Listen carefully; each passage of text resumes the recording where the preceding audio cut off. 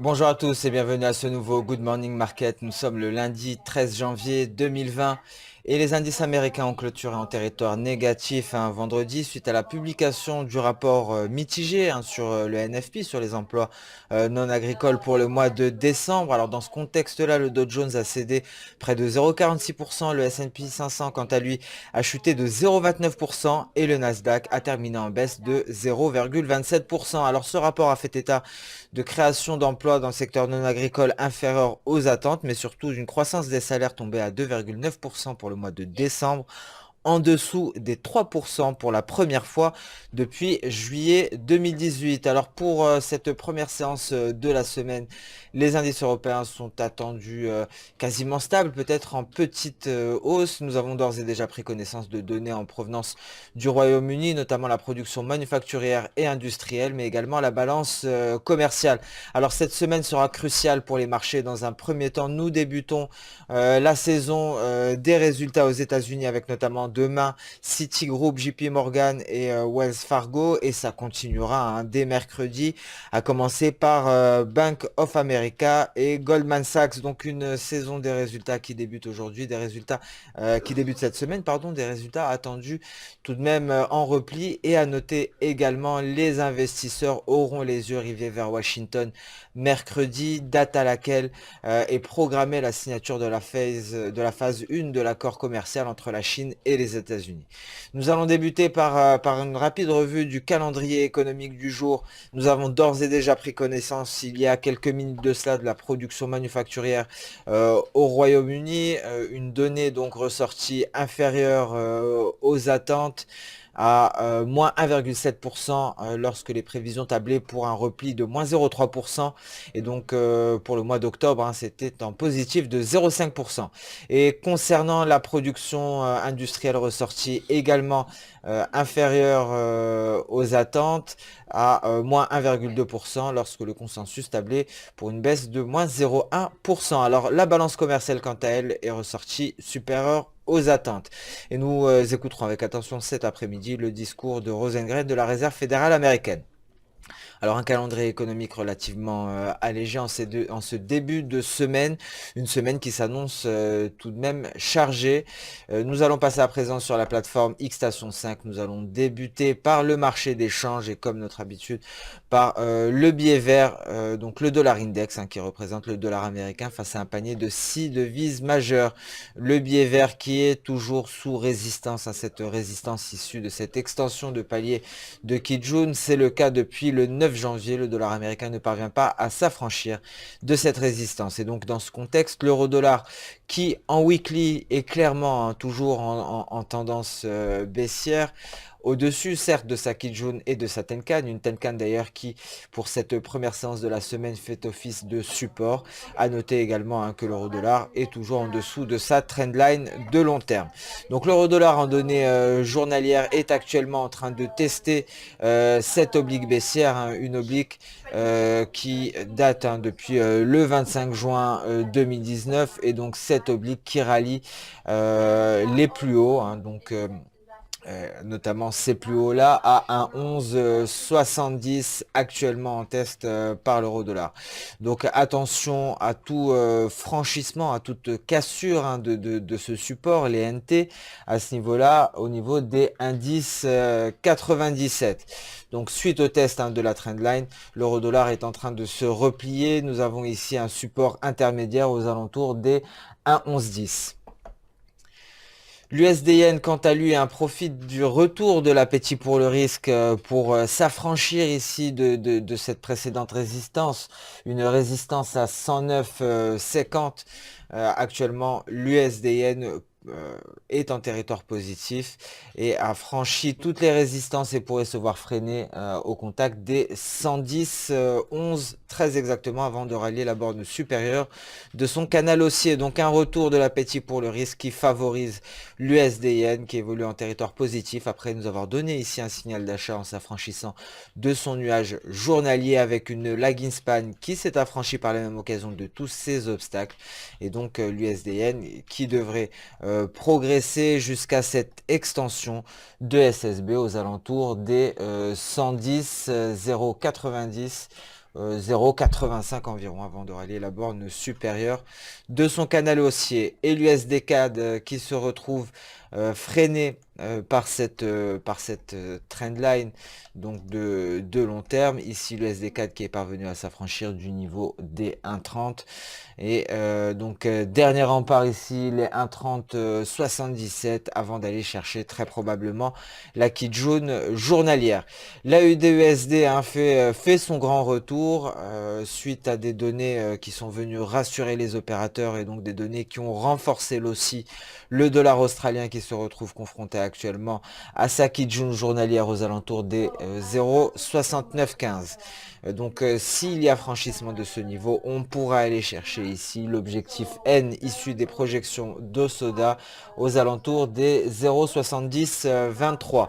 Alors cela confirmerait la probable formation d'une vague impulsive CD pour venir rallier l'objectif N. Alors pour le moment, un seul infranchissement de ce niveau, seul un franchissement de la Kijun nous confirmerait le scénario d'une vague impulsive CD avec un point D en N à 0,7024 environ. Nous allons passer à présent sur le marché action, un marché action en Europe attendu à l'équilibre, hein, plus ou moins, avec un DAX allemand qui vient se poser ici sur la borne supérieure de ce porte-voix qui avait été franchi le 9 janvier avant une réintégration qui pourrait être apparentée à un pullback. Alors actuellement, le DAX est sur support, donc la borne supérieure de ce porte-voix, mais également l'objectif NT à 13 467 points. Donc en données H4, hein, la Tenkan fait office de support 13 483.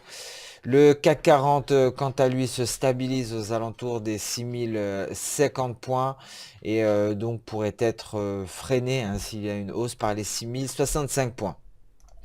Et les indices américains également scotchés sur leur sommet à la veille du début de la saison des résultats, une saison des résultats qui pourrait driver les indices américains cette semaine, mais également cette signature de l'accord commercial entre la Chine et les États-Unis. Pour l'instant, les indices américains sont scotchés sur leur record historique, que ce soit pour le S&P 500, le Nasdaq ou le Dow Jones.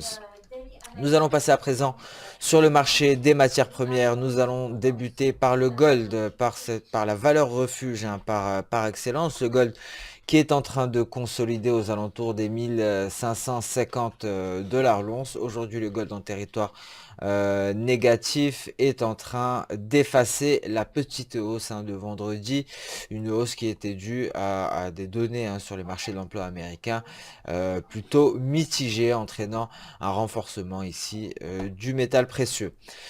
Concernant les pétroles, alors en données hebdomadaires, nous avons eu une clôture dans l'enceinte du nuage hebdomadaire, très précisément sur cette trendline hein, qui rallie différents sommets, hein, à commencer par le sommet de la fin du mois de septembre 2018 et le pic également de septembre 2019 en données hebdomadaires. Donc le pétrole est venu ici casser la SSB à 59,50 pour aller chercher ici cette trendline hein, qui était résistance devenue support. Le pétrole pourrait prendre appui dessus pour venir ici s'affranchir de sa SSB. Alors en données journalières, cela nous donne un pétrole WTI qui est actuellement posé sur cette zone de support, une zone de support que nous avions déterminée la semaine passée. Donc on pourrait s'attendre à un léger rebond à ce niveau-là, peut-être pour aller chercher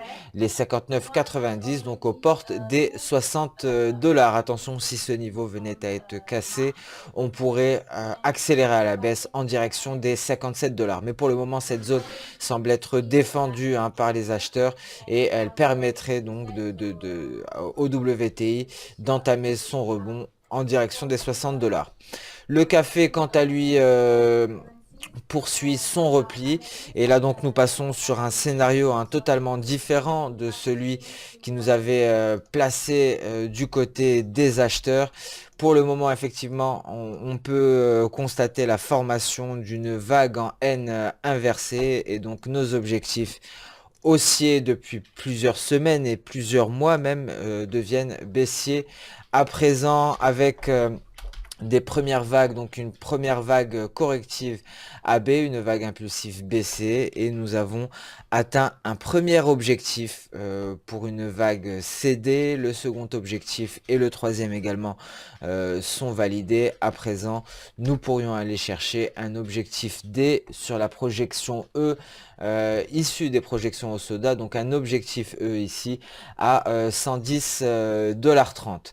Alors il faut noter pour le moment que tous les objectifs ont été atteints, mais que l'objectif N n'a toujours pas été franchi. Nous sommes en cours de test de cet objectif pour la bougie du 13 janvier 2020, mais il nous faudrait une clôture de l'autre côté de cet objectif pour estimer que celui-ci a bel et bien été franchi et que le café pourrait aller chercher ici les 110,50 $.